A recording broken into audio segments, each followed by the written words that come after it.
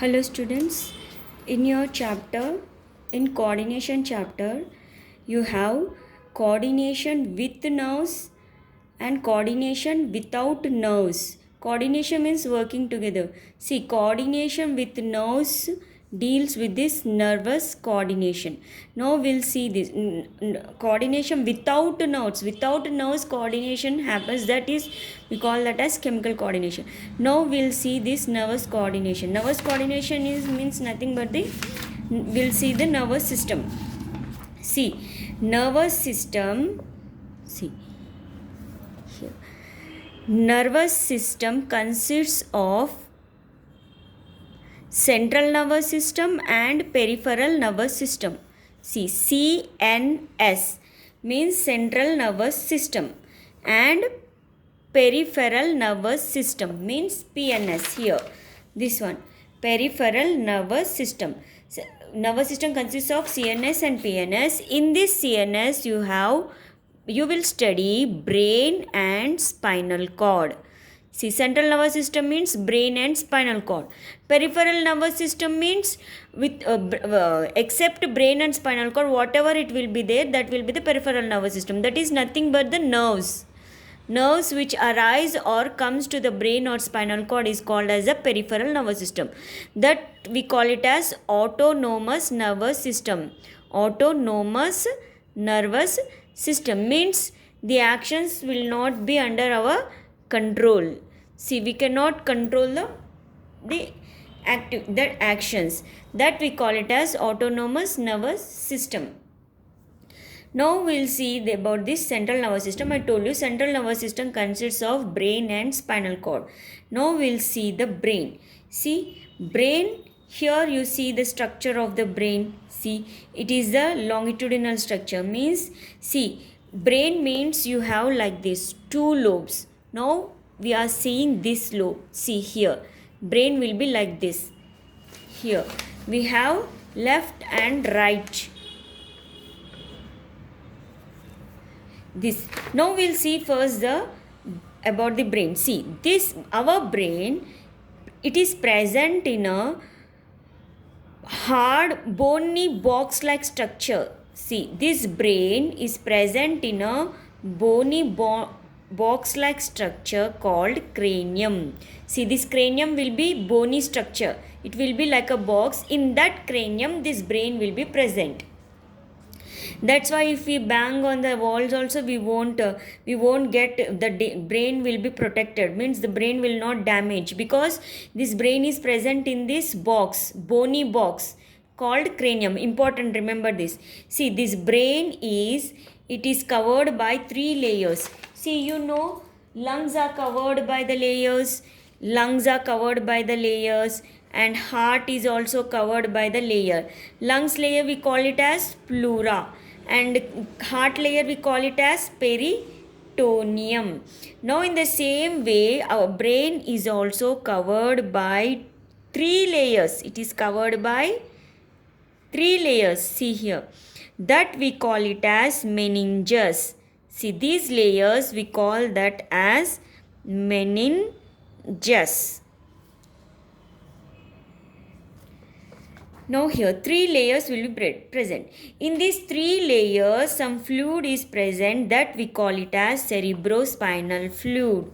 See, covered by 3 layers called meninges. In this meninges layers, fluid is filled. It is filled with fluid called cerebrospinal fluid.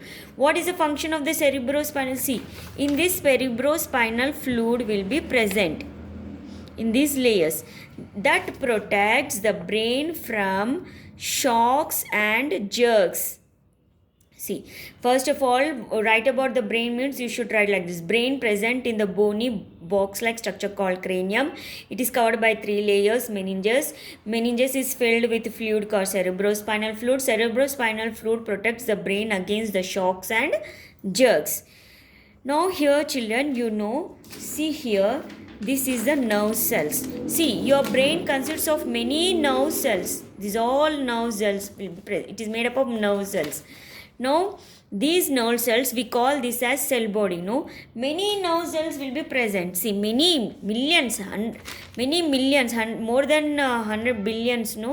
That nerve cell body together we call it as, see, many nerve cells, cell body is there, no? Together we call that as gray matter. And these are the axons. See, many axons. Axon is covered by the myelin sheath. Wherever myelin sheath is present, that we should think that is an axon, not dendrite. Long dendrite is the axon.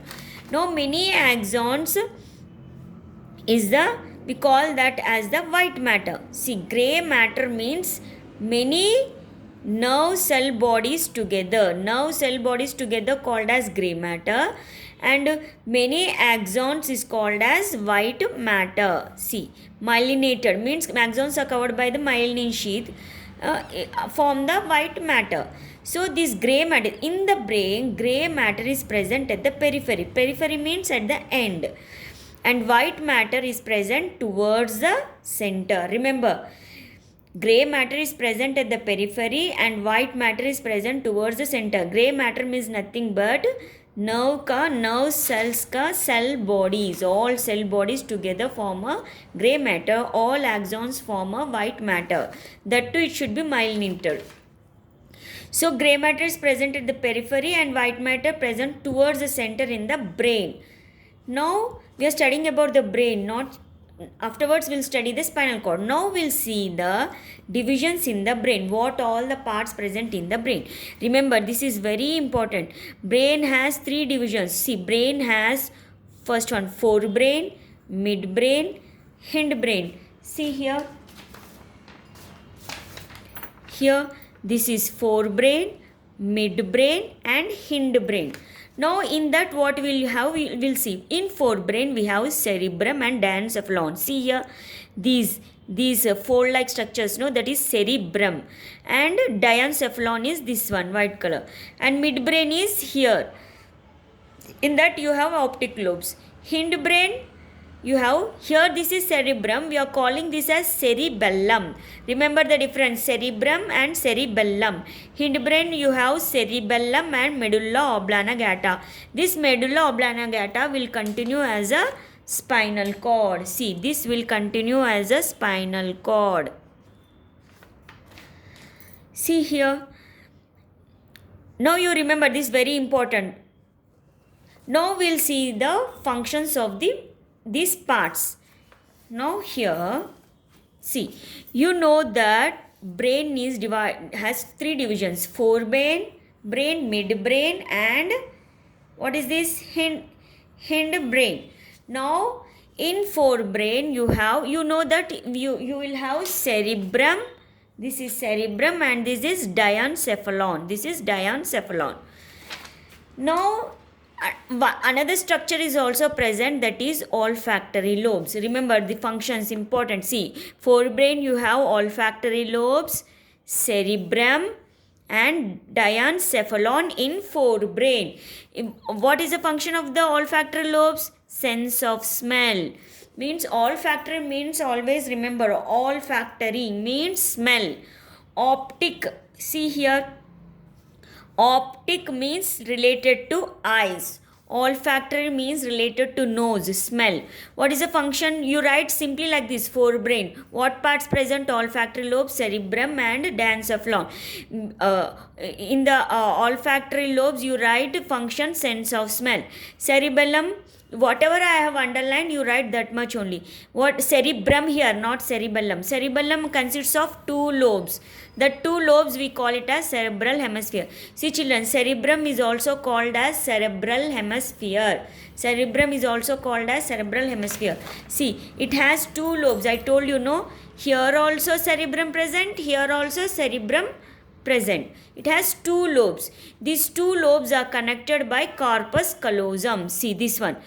These 2 lobes are connected by corpus callosum.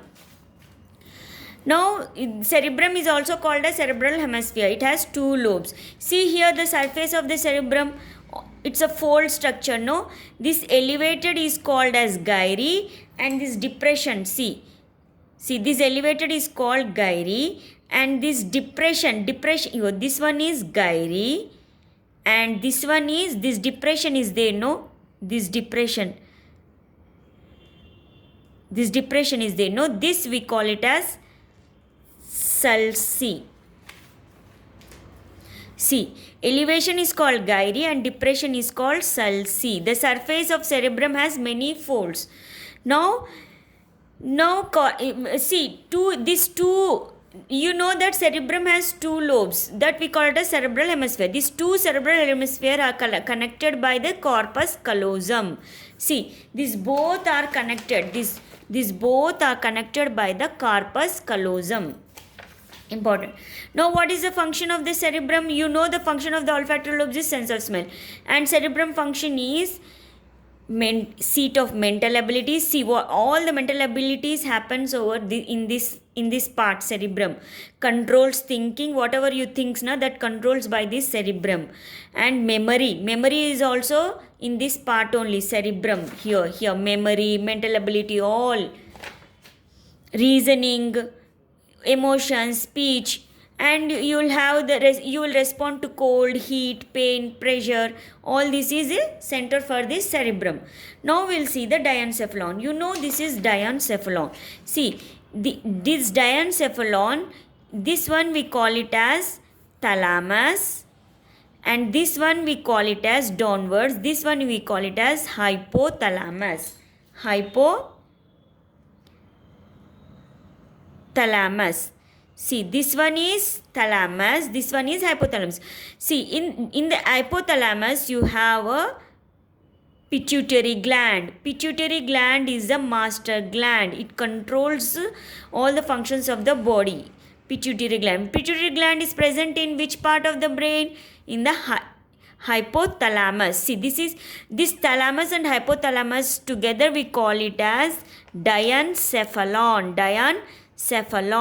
See here, this one is diencephalon, this one is thalamus, this one is hypothalamus. See, near the hypothalamus you have the pituitary gland. No, you know that pituitary gland is the master gland. Pituitary gland is the master gland. That means it controls all functions of our body. Here pituitary gland is present in which area? Hypothalamus. See, both hypothalamus and thalamus together we call it as diencephalon.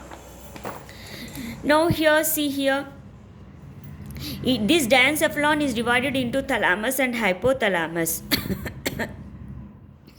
In this hypothalamus only you will have the hypothalamus controls the pituitary gland. See, near this hypothalamus you will have the pituitary gland, it controls hypothalamus. What is the function of the hypothalamus? Control.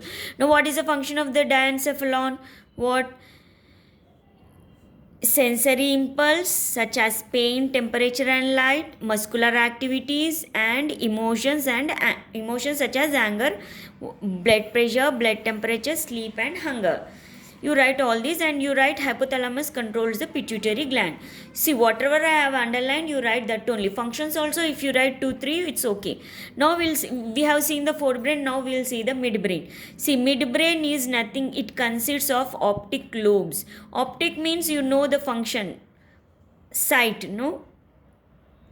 That's all about the midbrain. What is the function of that? It relays motor impulses. That's all. It reflexes for sight and hearing. You write this one that much. Midbrain relaxes for sight and hearing. Now we'll see the last part, hindbrain. You know that hindbrain consists of cerebellum, not see here different it is. Cerebrum, here cerebellum. See, cerebrum has 2 lobes. This cerebellum also has 2 lobes. See here. This is cerebrum. This is cerebellum. It also has 2 lobes. Now this cerebellum also has 2 lobes.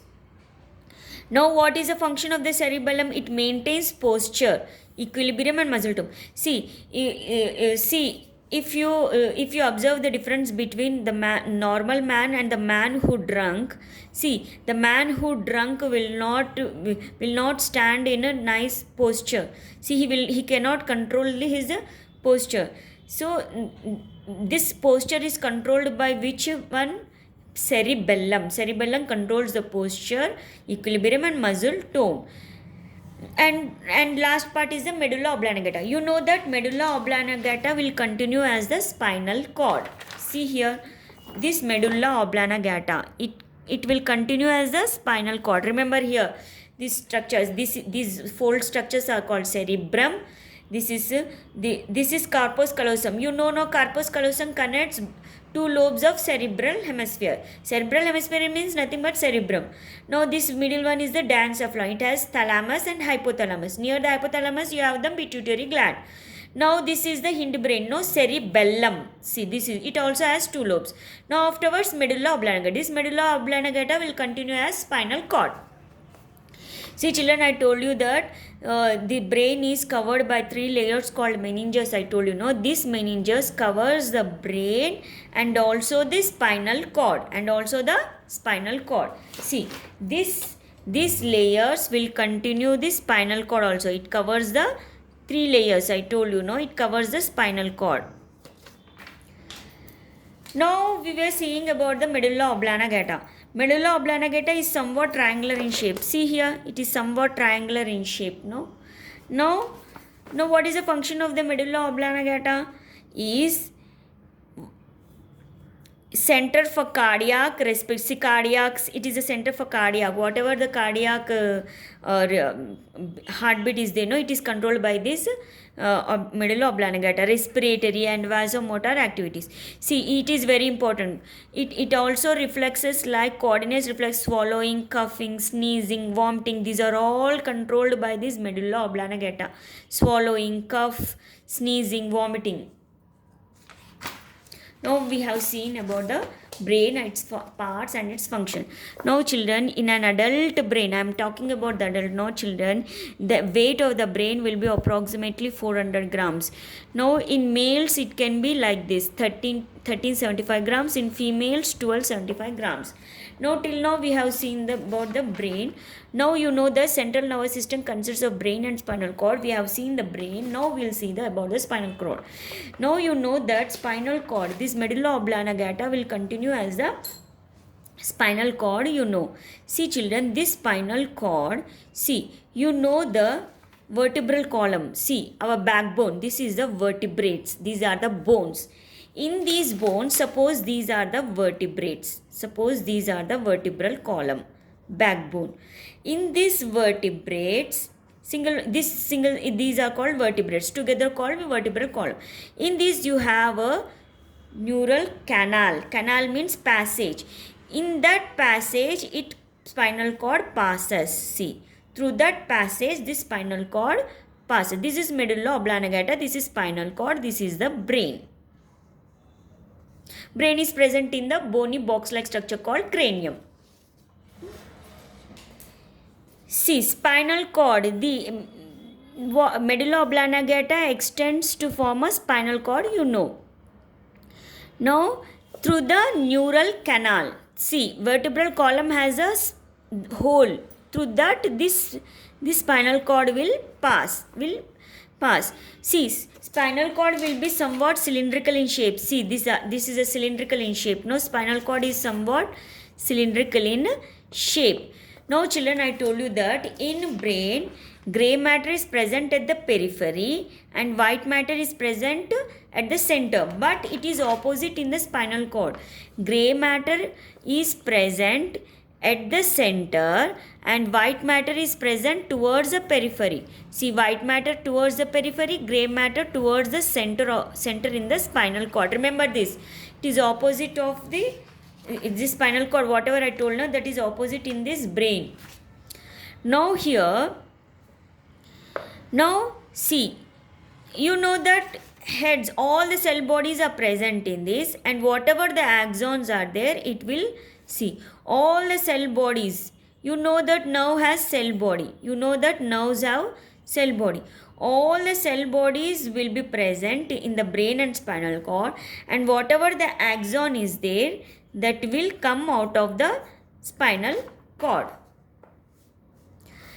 See, myelinated axons leave the spinal cord from both sides of the vertebral column. Now children, we'll see the role of the spinal cord. See, this role of the spinal cord was explained by the two scientists, Leonardo da Vinci and Stephen Hales. These two scientists, they did an experiment during the 15th century onwards, and they concluded the role of the spinal cord. See what they did. They took an animal, a frog, and in that frog what they did, they removed the brain. They removed the brain from the frog. And what happens, even of, see, in olden days we used to think that brain controls the whole body, but these two scientists, they did an experiment that they took the brain they took brain out of the frog, from the body of the frog, and but they still saw that frog is still survives, it is still alive, means it is still survival. It is why, see, in olden days we thought that brain controls the whole body. If any damage to the brain happens, then there will be a change in the behavior of the frog, in the behavior of the organisms. But what these scientists removed the brain from the frog, and they observed that frog is still survived. Then what they do, then that means that animal, that frog is still producing the muscular movement if its skin was pinched or pricked. See, these two scientists took brain out of the frog's body, and what they, after removing the brain, they observed there is still muscular movement when they pinched the skin. When they directly pinched the skin of the frog, there is a movement, pinched or pricked. Then this tells us that spinal cord is not only a road for instruction from the brain, but it also controls our body. See, it also a control center in on its own. See, the spinal cord will not, is not depending on the brain. It can, on its own, it can control. These two scientists observed, and they suggested. This experiment gives the suggests the evidence that spinal cord can also control on its own. See, we know that. See here, we know that sensory nerves carries information to the brain. Then the brain sends the information again to the muscles, through these motor nerves. But if this sensory nerves, if this spinal cord, see here, spinal cord is also only functioning, this information is not carrying to the brain. See here, this information, even though if it is not carrying, see, if we damage the brain also, this spinal cord alone can control the movement. Still we have movements. See, still we have movements. Even though if we remove the brain, still we have movements because of this spinal cord. Because information is carrying through this spinal cord. Now, we have seen about the central nervous system. Now we will see about the peripheral nervous system. See, in central nervous system you have brain and spinal cord, Now children, see, the nerves, you have 12 pairs of cranial nerves and 31 pairs of spinal nerves. See here, see, these are the nerves. The nerves which comes from the spinal cord, this is the spinal cord. See, this is the brain. It has 2 lobes. See here, 2 lobes. Now, whatever the nerves comes, now central nervous system means brain and spinal cord, that you know. Peripheral nervous system means these nerves. See, the nerves which are coming from the spinal cord are called as spinal nerves. The nerves which are coming from the or going to the or entering into the brain, the nerves which originate from the brain are called cranial nerves. Remember children, cranial nerves there are 12 pairs of cranial nerves, means the nerves that comes from the brain.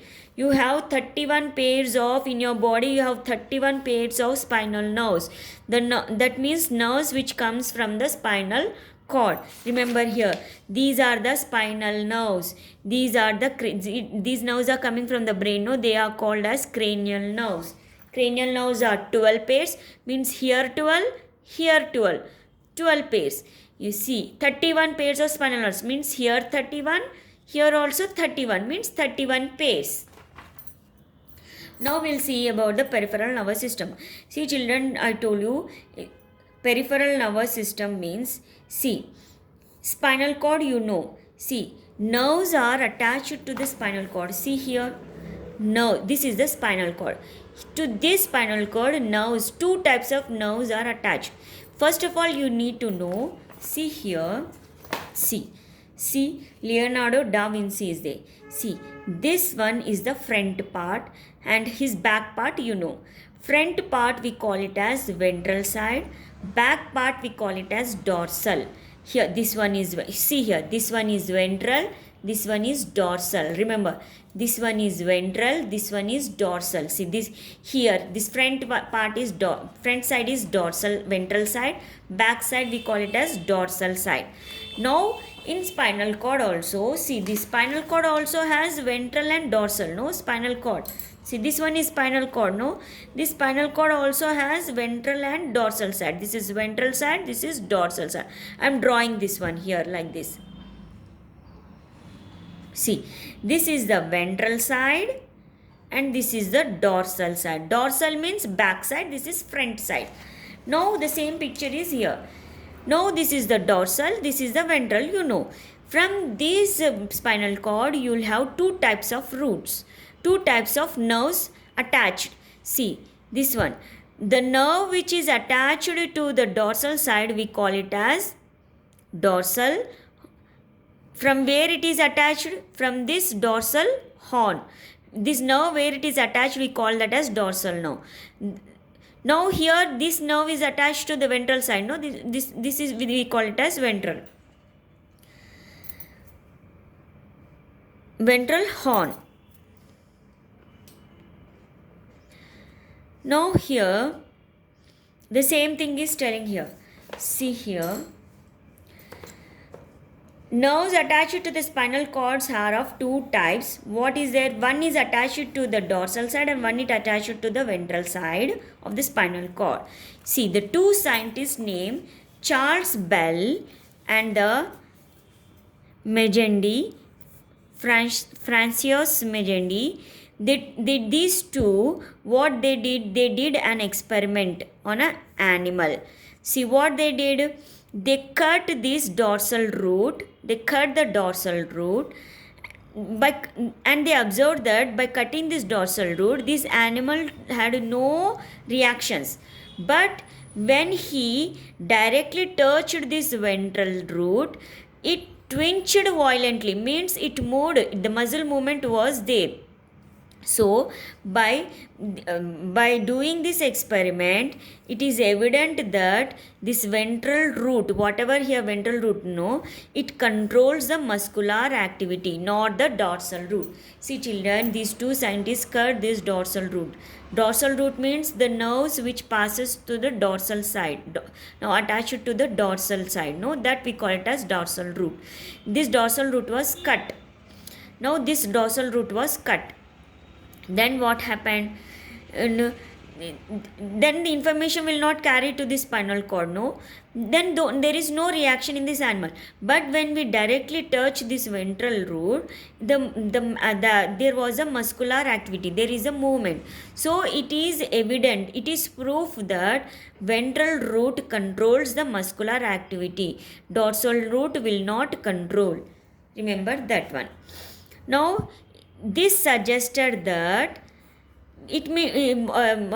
by looking at this, what it suggests, that means dorsal root carries messages of sensation inwards. It carries information to the inwards, to the spinal cord, this dorsal root.